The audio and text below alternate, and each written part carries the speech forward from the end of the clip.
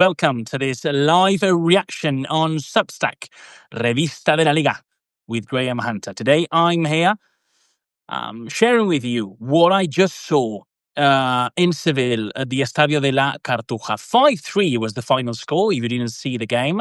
What a first half from Hansi Flick's men. So first things first, Betis started scoring. They started really brave.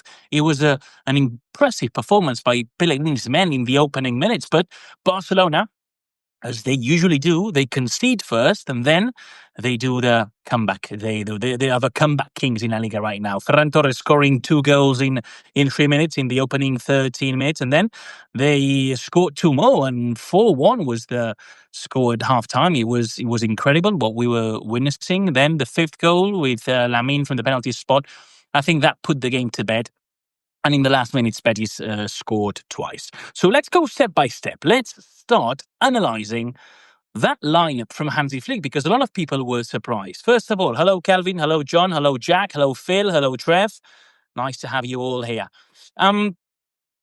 So that lineup from Hansi Flick, because Rafinha was rested, he said to the Spanish television that it was a physical toll what he paid against Atletico de Madrid the other day, so he needed the rest.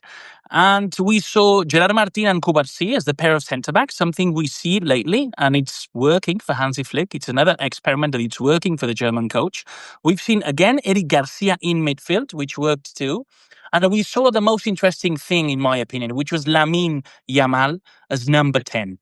That meant that Rooney Bardghji was starting as the right wing.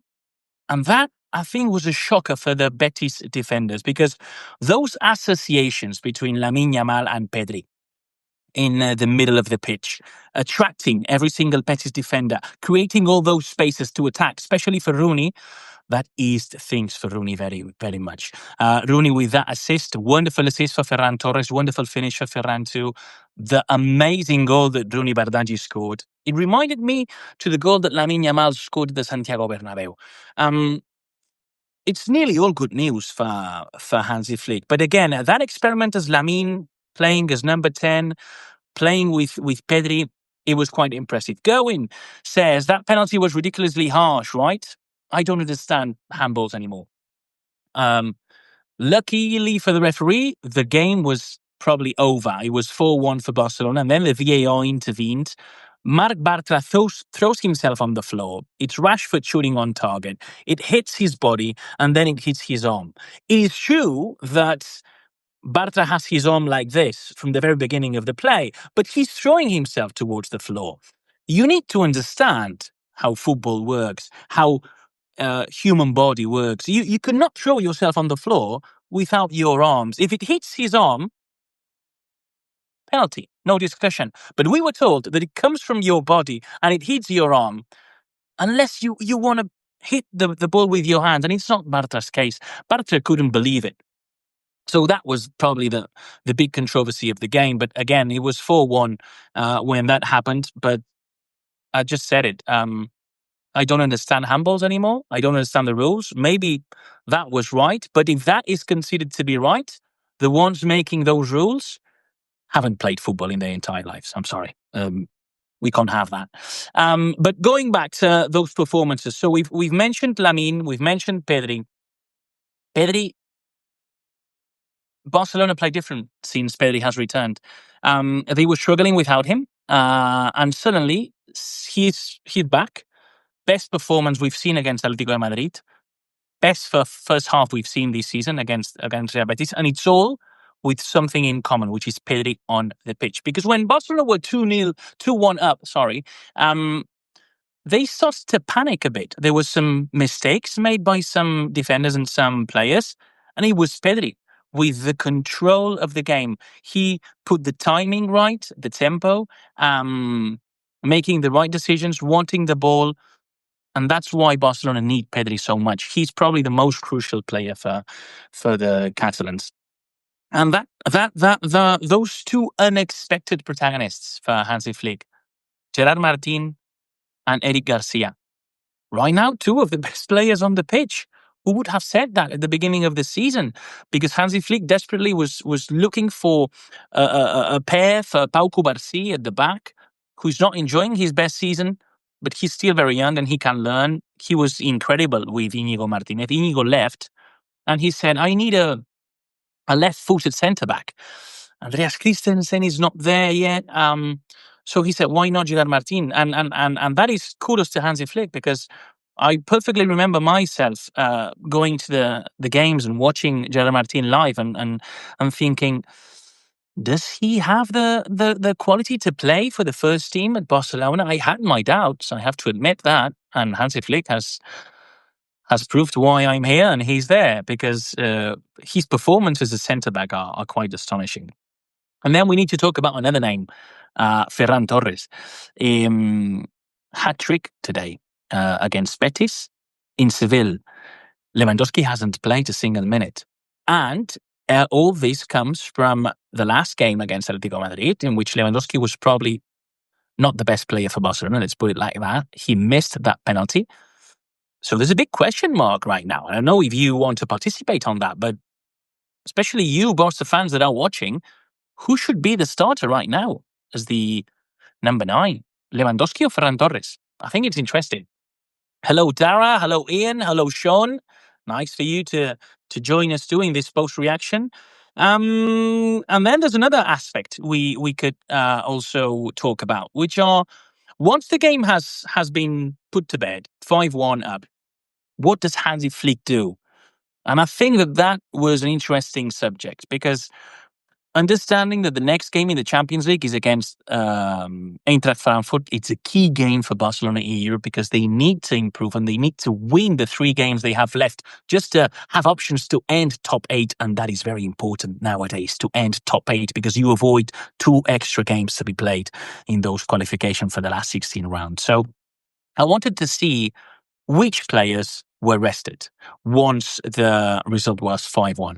The score was 5-1. So the players chosen were Pedri and Gerard Martin. And that tells us the story of how important he is for Hansi Flick right now. Gerard Martin started as a centre-back, then he moved as a left-back when Christensen came on, and Eddie Garcia dropped his position too. Eddie Garcia was rested too in the last 10 minutes. He was subbed off in the 80th minute, and Ronny Bardghji was subbed off too. Balde was subbed off at halftime, I believe because of the knock he took, which is quite painful on his thigh. So those were the substitutions. What does that mean? Well, Hansi Flick, it was obvious that Pedri would rest. We saw what happened in that game against Atletico Madrid when as soon as he felt some muscle discomfort, he asked for the substitution. He's back from injury, and as I said, he's one of the most crucial players for Hansi Flick, if not the most important player on the pitch. So it was obvious that he had to be rested. My question inside me was, will he sub off Lamine? Because with all these talks of he's very young, he has those problems that have made an impact at Barcelona, at the national team. He's missed some games because of that. Flick accusing the Spanish FA and the Spanish national coach of not resting him, and they need to take care of the players. I think today was the perfect day for him to rest him. But when I also saw what happened in the second half, when all those changes were made and Barcelona obviously dropped everything, the energy and everything, despite they put on the pitch players like Frenkie de Jong or Fermin, they're back. They were not good today. I think it's difficult also to put your best version in those circumstances. But the team dropped and they conceded 2, and that allowed Betis fans to come into the game again, and the Betis players to believe, wait a minute, can we do something historic here? Can we do the comeback? They couldn't in the end. Probably the worst news for Hansi Flick, and I think there was one question regarding this. Yeah, Gerwin. He mentioned Koundé. Is this maybe I won't say bad news, but not so positive news after today's game? Because what's happening with Koundé is quite astonishing. He's gone from being one of the best centre-backs in La Liga when he was at Sevilla to be one of the best right-backs in La Liga when he was converted into that at Barcelona. He said openly he didn't like to play as a right-back. He was a centre-back, and then he had to adapt. He's incredible. Koundé is a very interesting guy, because he goes running around the surroundings of Barcelona. He takes care of himself. He's very, very methodic, but he's not enjoying his best moment. Sometimes he can give you incredible things when he moves into the attack and he associates himself with whoever is in that right flank, especially Lamine. But sometimes he's a big liability for Barcelona. He's dangerous for his teammates because of positioning, because of how slow sometimes. The first goal of Betis is because he was stuck behind and he allowed Anthony to be onside. So maybe that's the only thing for Hansi Flick to think about.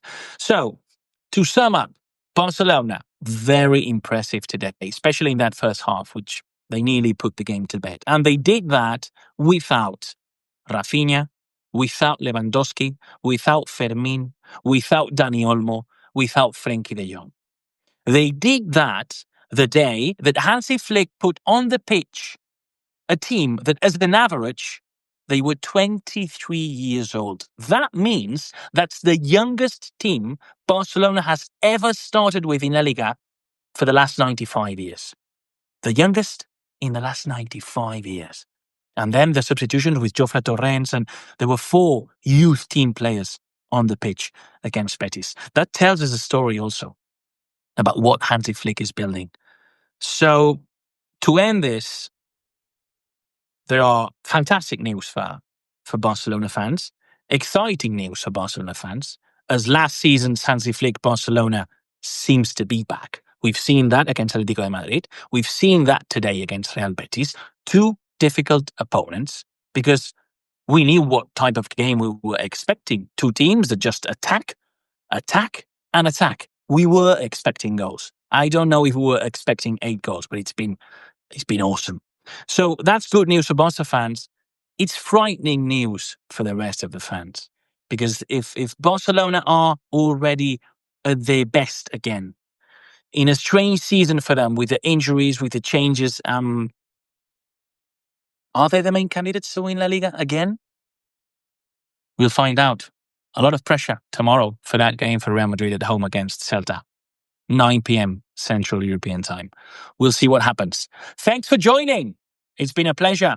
Neil Stonyamada, you've just joined now, but we've been here for a few minutes already. I'll let you enjoy another game right now in La Liga. Athletic Club, Atlético de Madrid, Samamés. That should be a good one too. Thank you for being there. It's been a pleasure.